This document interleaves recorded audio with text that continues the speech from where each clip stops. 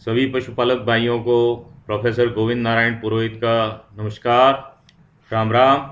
आपका मेरे इस चैनल में स्वागत है। दोस्तों, यदि आप मेरे चैनल को देख रहे हैं, शेयर कर रहे हैं, सब्सक्राइब कर रहे हैं तो आपका बहुत बहुत धन्यवाद। यदि आपने मेरे चैनल को सब्सक्राइब नहीं किया है तो कृपया इसे सब्सक्राइब करें ताकि आपको हमारे वीडियो मिलेंगे सबसे पहले। तो दोस्तों, पशु प्रजनन समस्या एवं निवारण चैनल में आज मैं आपका स्वागत करते हुए चर्चा करूंगा दुधारू पशुओं में सिजेरियन डिलीवरी की। दोस्तों, जब बच्चे का जन्म मां के पेट पर डॉक्टर के द्वारा चीरा लगवाकर करवाया जाता है तो उसे सिजेरियन डिलीवरी कहा जाता है। देखिए, अक्सर पशुपालक भाई जो है इससे बहुत घबराते हैं कि ऑपरेशन नहीं कराना चाहिए, लेकिन यदि आप समय पर ऑपरेशन कराएंगे तो कोई भी दिक्कत आपके पशु को नहीं होगी। अब हम बात करते हैं ऑपरेशन क्यों किया जाता है।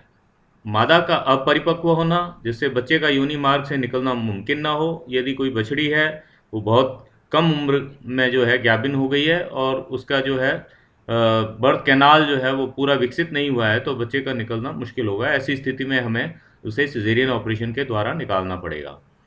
गर्भाशय मुख प्रसव शुरू होने के बाद भी नहीं खुले, हम कई प्रकार की दवाइयों का इस्तेमाल करते हैं लेकिन कई बार उससे जो है वो नहीं खुलता है तो हमें ऑपरेशन ही करना पड़ता है।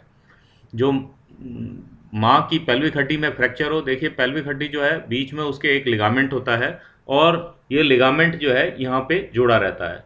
जब प्रसव शुरू होता है तो ये ऐसे थोड़ी दूर हो जाती है, क्योंकि ये लिगामेंट जो है वो दूर हो जाता है तो ये जगह जो है बढ़ जाती है, जिससे कि बच्चा जो है आसानी से निकल जाए।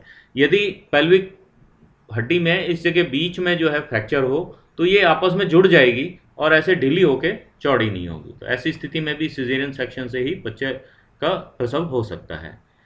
बच्चा यदि अत्यधिक बड़ा हो तो भी सिजेरियन डिलीवरी करानी पड़ती है, अथवा कठिन प्रसव जैसे हाथ से ठीक नहीं किया जा सकता हो, अथवा बच्चादानी घूम गई हो जिसे घुमाकर भी ठीक नहीं किया जा सकता हो। ऐसी स्थितियों में पशु जो है चिकित्सक सिजेरियन डिलीवरी करेगा। आप उससे घबराएं नहीं, और सिजेरियन डिलीवरी से कोई नुकसान नहीं होता जब तक कि बहुत ज़्यादा समय निकल चुका हो, तो फिर हो सकता है कि गाय की जो है वो ज़िंदगी खतरे में आ जाए। अब उसकी कई विधियां होती है, जैसे फ्लैंक लैप्रोटोमी, पैरामीडियन लैप्रोटोमी, मिड लाइन या ओब्लिक वेंट्रोलैटरल विधि। ये चीरा जो है उसके आप देख रहे हैं, ये जो फ्लैंक एरिया है उसमें ऐसे तिरछा भी लगाया जा सकता है, सीधा भी लगाया जा सकता है, बाईं ओर भी लगाया जा सकता है और दाईं ओर भी लगाया जा सकता है। लेकिन दाईं ओर क्योंकि बहुत सारी आंतड़ियाँ होती है, इसलिए जो है बाईं ओर चीरा लगाना जो है ज़्यादा जो चिकित्सक हैं उसको प्रेफर करते हैं। फिर देखिए, ये मिड लाइन बीचों बीच, और ये पैरामीडियन और ये ओब्लिक वेंट्रोलैटरल विधि, इन विधियों से चीरा लगा करके और जो है बच्चे को बाहर निकाला जाता है।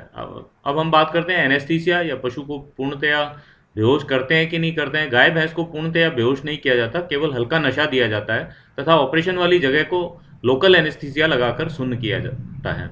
देखिए, इस चित्र में आप देख रहे हैं, यहाँ पर चीरा लगाना है तो ये एल के आकार में यहाँ पर जो है वो लोकल इन्फिल्ट्रेशन एनेस्थीसिया जैसे कि ज़ाइलोकेन या लिडोकेन 2% वो डाला जाता है, जिससे कि ये पूरा क्षेत्र जो है वो सुन्न हो जाता है और आप जब डॉक्टर जब चीरा लगाता है तो उसको दर्द महसूस नहीं होता।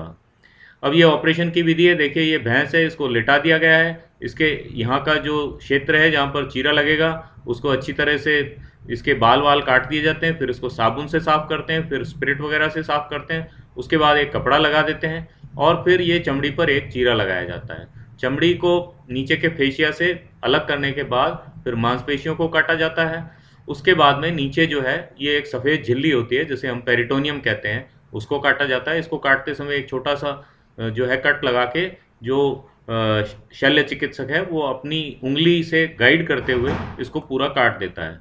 उसके बाद में बच्चादानी जब उस जगह पर लाया जाता है उसे चारों तरफ से जो है कपड़े से ढक दिया जाता है ताकि बच्चादानी का जो है वो अंदर नहीं जाए। उसके बाद में बच्चे को निकाल लिया जाता है और बच्चे को आप जो है सिजेरियन सेक्शन एक खड़े पशु में भी कर सकते हैं, लिटा कर भी कर सकते हैं। देख रहे हैं आप चित्र में, बच्चे को निकाला जा रहा है। उसके बाद जो है बच्चादानी के टाँके लगा दिए जाते हैं और उसके बाद जो है मांसपेशियों में, पेरिटोनियम में और चमड़ी में भी टाँके लगा दीजिए। आप देख रहे हैं कि ये चमड़ी में टाँके लगे हुए हैं। टाँके वाली जगह जो है उस पे एक पट्टी बांध दी जाती है ताकि उस पे कोई जो है संक्रमण नहीं हो, उस पे रेत आदि नहीं लगे। औ अब आपसे मैं निवेदन करना चाहता हूँ, ऑपरेशन से पूर्व और बाद की क्या सावधानियाँ हैं? पशुपालक भाइयों, मेरा ये निवेदन है कि यदि दूसरा मूत्रपिंड फूट गया हो और 1 घंटे से अधिक का समय बीतने के बावजूद भी बच्चा बाहर नहीं आ रहा हो, तो तुरंत पशु चिकित्सक को दिखाएँ ताकि ज़रूरत हो तो ऑपरेशन किया जा सके। यदि आप बहुत लंबे समय बाद उसको लाएँगे और ऑपरेशन करने की ज़रूरत पड़ी, तो उसके ठीक होने के अंदेशे कम हो जाते हैं। ऑपरेशन के बाद पशु को आसानी से पचने वाला चारा दें, चाटा दें। ऑपरेशन वाले स्थान पर रोजाना स्पिरिट डालें तथा उसके ऊपर एक कपड़ा बांध दें ताकि टाँकों में संक्रमण न हो। ऑपरेशन किए हुए पशु को ज़्यादा भगाएं नहीं और टाँके खुलने तक चिकित्सक की सलाह से एंटीबायोटिक आदि के टीके जरूर लगवाएं। तो दोस्तों, आशा है आपको ये जानकारी लाभप्रद होगी और आप जो है आपके पशु के प्रसव में कठिनाई होने पर आप तुरंत पशु चिकित्सक से संपर्क करेंगे। ये मेरा संपर्क है, ये मेरी ईमेल आईडी है gnpobs@gmail.com। ये मेरा लिंक्डइन का लिंक है और ये मेरे यूट्यूब चैनल का लिंक है। तो दोस्तों, अगर आपको ये वीडियो पसंद आए तो इसे पूरा देखें, शेयर करें, कमेंट करें, लाइक करें तथा पशु प्रजनन समस्या एवं निवारण चैनल को सब्सक्राइब करें। धन्यवाद। जय हिंद, जय भारत।